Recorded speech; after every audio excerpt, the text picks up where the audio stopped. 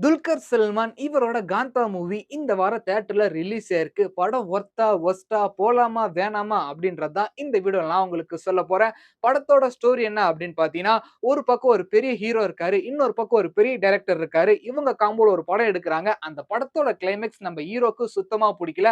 அவரு ஒரு கிளைமாக்ஸ் சொல்றாரு. டைரக்டர் வந்து நான் சொன்ன கிளைமாக்ஸ் தான் வைக்கணும்னு அடம் பிடிக்கிறாரு. இவங்க 2 பேருக்கு வந்த சண்டையில படம் பாதியிலே நின்றுது. இதுல என்ன ஹைலைட் அப்படின்னு பார்த்தீங்கன்னா, அந்த பெரிய டைரக்டர் தான் இந்த ஹீரோவே சினிமாக்கு அறிமுகப்படுத்துறாரு.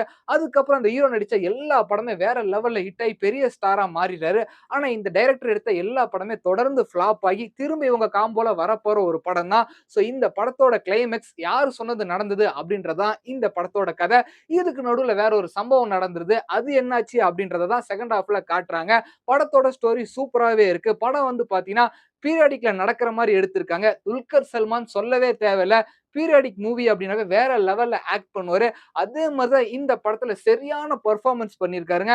ஃபர்ஸ்ட் ஹாஃப்ப பொறுத்தவரைக்கும் துல்கர் சல்மான், சமுத்திரக்கனி, பாக்யஸ்ரீ இவங்க 3 பேருமே உன் ஆக்டிங் பெஸ்ட்டா, என் ஆக்டிங் பெஸ்ட்டான்னு போட்டி போட்டு நடிச்சிருக்காங்க. இதுலயே ஃபர்ஸ்ட் ஹாஃப் போறது நமக்கு சுத்தமா தெரியல. செம்மையா போயிடுங்க ஃபர்ஸ்ட் ஹாஃப். செகண்ட் ஹாஃப்ல என்ன சம்பவம் அப்படின்னு பார்த்தீங்கன்னா, படத்துல வேற ஒரு சம்பவம் நடந்துரும். அத இன்வெஸ்டிகேஷன் பண்றதுக்கு ராணா படத்துல என்டர் ஆகுறாரு. அவரு வந்ததுக்கு அப்புறம் அந்த இன்வெஸ்டிகேஷன் கொஞ்சம் சுவாரஸ்யமா இல்லாதனால ஆடியன்ஸ்க்கு அது போர் அடிக்கிற மாரி போயிருது. சில பேருக்கு என்னடா ஜவ்வு மாரி இழுத்து வச்சிருக்காங்களே அப்படின்னு தோணும். இன்னும் சில பேருக்கு படம் கனெக்ட் ஆகல அப்படின்னா தூக்கம் கூட வந்துரும். அந்த மாரி தான் செகண்ட் ஹால்ஃப் இருக்கும். ஃபர்ஸ்ட் ஹால்ஃப் இருந்த அளவுக்கு செகண்ட் ஹால்ஃப் இருந்திருந்தா இந்த படம் சரியான பிளாக் பஸ்டரா இருக்குங்க. படத்தோட டைரக்டர் செல்வமணி செல்வராஜ் வேற லெவல்ல இந்த படத்த டைரக்ட் பண்ணியிருக்காரு.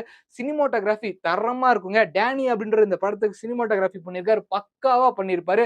மொத்தத்துல இந்த படம் டெக்னிக்கலா ரொம்ப ஸ்ட்ராங் அப்படின்னே சொல்லலாங்க. படத்துல 2 பேர் மியூசிக் பண்ணியிருக்காங்க. சாங்ஸ் வந்து பார்த்தீங்கன்னா, ஜானு சந்தர் அப்படின்றவரு பண்ணியிருக்காரு. பிஜிஎம் ஸ்கோர்ஸ் வந்து பார்த்தீங்கன்னா, ஜாக்ஸ் பிஜாய் அப்படின்றவரு பண்ணியிருக்காரு. படத்துக்கு சாங்ஸ் ரொம்பவே நல்லா வந்திருக்குங்க.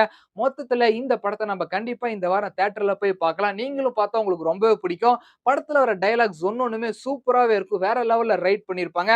ஒருவேளை இந்த ரிவ்யூ பார்க்கறதுக்கு முன்னாடி நீங்க காந்தா படம் பார்த்திருந்தீங்கன்னா, 5க்கு எவ்வளோ ரேட்டிங் அப்படின்றத இந்த வீடியோ கீழ கமெண்ட் பண்ணிருங்க. பட்டா